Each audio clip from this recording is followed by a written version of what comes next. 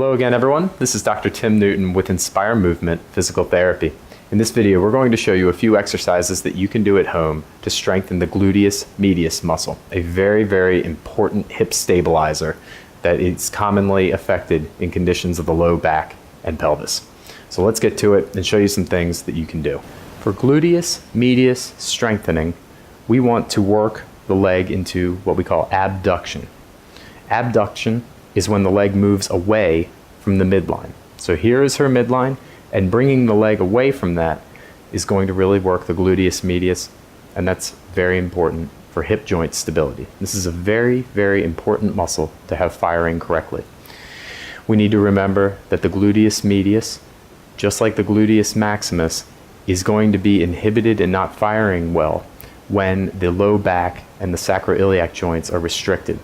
We need to make sure that we have successfully treated out those restrictions, and once we have done that, then we can ask this muscle to start firing for us.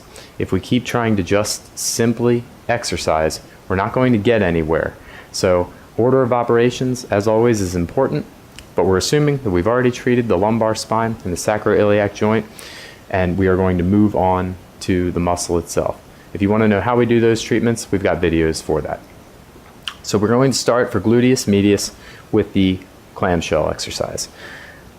Okay, and that's named that because she opens and closes the knees like a clam. So she lifts this knee up, her feet stay together, and she holds for 10 seconds. And she's focusing on a good muscle contraction right here in the back outside part of her hip. That is where the gluteus medius is. Once she has held for 10 seconds, she lowers nice and slowly.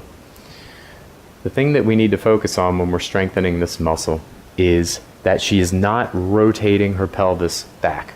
It's just the knee coming up. And if I'm mimicking her leg, it's a hinging type movement like this. All right? If you're starting to rotate back in your hip as you do this, you may want to do this up against the wall. And what I mean by that is pretend that the wall is here and your backside is against the wall and your feet are up against the wall. That will prevent you from twisting your pelvis backward and compensating like that. But if you're good and you have control, there's no problem doing it on a tabletop or on a mat. So that's the clamshell exercise. You start off with about 5 reps. Again, a 10-second hold. Your goal is to get up to 10 reps. When you've gotten to that, then you can move on to a more advanced exercise, the straight leg hip abduction movement. So, same position, except the top leg is straightened out.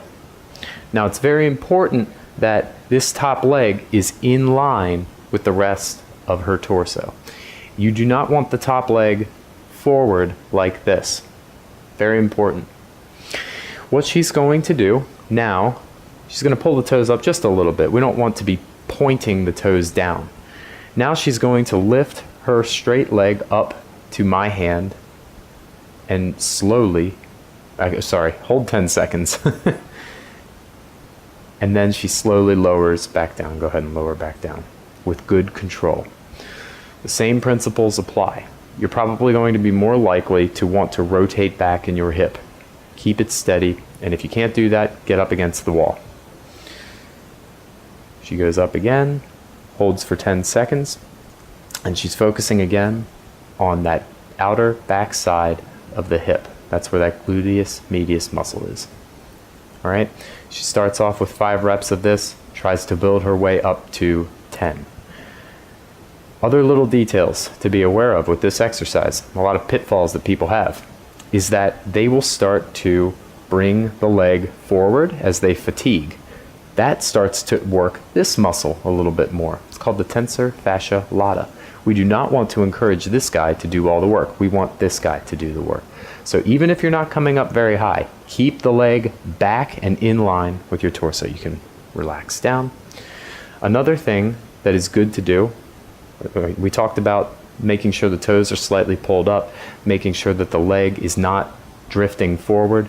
We want to, let's do one more rep here, make sure that it's not twisting forward as well, right? She wants to be rotated, if anything, kind of out, like a dog at a fire hydrant. So she's holding here. One last thing that you can do to really help enhance the contraction is to elongate the leg. So what that means is that you pretend with your heel, my hand, I'll make my hand just a little bit beyond her heel, and then she's going to try to take her heel and push it out toward my hand. She's trying to push the leg outward. That will really, really get this muscle to contract. She's starting to shake now, so we're going to give her a break. But those things combine, elongating the leg, making sure the toes are slightly pulled up, making sure that the leg is not drifting forward, but is truly in line with the body, making sure that the toes are turned out and upward a little bit, and making sure that her pelvis is not rotating backward. These will all really, really isolate in on that gluteus medius, that very, very important hip stabilizer muscle. Finally, the last good gluteus medius exercise that we like to give early on in treatment is the wall abduction exercise. So this is a standing exercise, and it is good because it puts you in a weight-bearing position, which is functional, right? We walk around and we're pushing with our legs all day, so this gives us a chance to integrate working that muscle contraction into a more functional situation. So what we do, we get up against the wall, and what she's going to do is cross her arms, and she is going to bend her knees so her tush is going back a little bit, and then her left knee is going to go into the wall, and she is going to push into it a little bit. Actually, for you, why don't you bring it down, take the leg off the wall for a moment, come in just a smidge closer, and then bring the knee up right about to where my hand is. A little bit lower. Bring this knee right here. Yes. So we don't want to bring it up too high because then we're starting to throw off the balance, work different muscles differently. So she's going to push this knee into the wall. As she does that, what is happening is that the knee, Newton's law, right? Every force has an equal and an opposite. She is pushing herself away from the wall. She will fall over if she doesn't use this leg to help contract. She's actually using the gluteus medius muscle. She's abducting the hip for you anatomy gurus out there. She's using it on both legs. So as she pushes and holds with her left leg, and she's going to do about a 10-second hold, she's also doing the same exact thing on the right. She's going to go try to get up to 5 holds on her while she has the right leg down on the floor. Then she's going to switch sides and do 5 the other way. And this will tire you out pretty quickly. It is very extensive. It works both hips at the same time, and you really don't get a break. So it's a good one. It'll definitely get that muscle firing.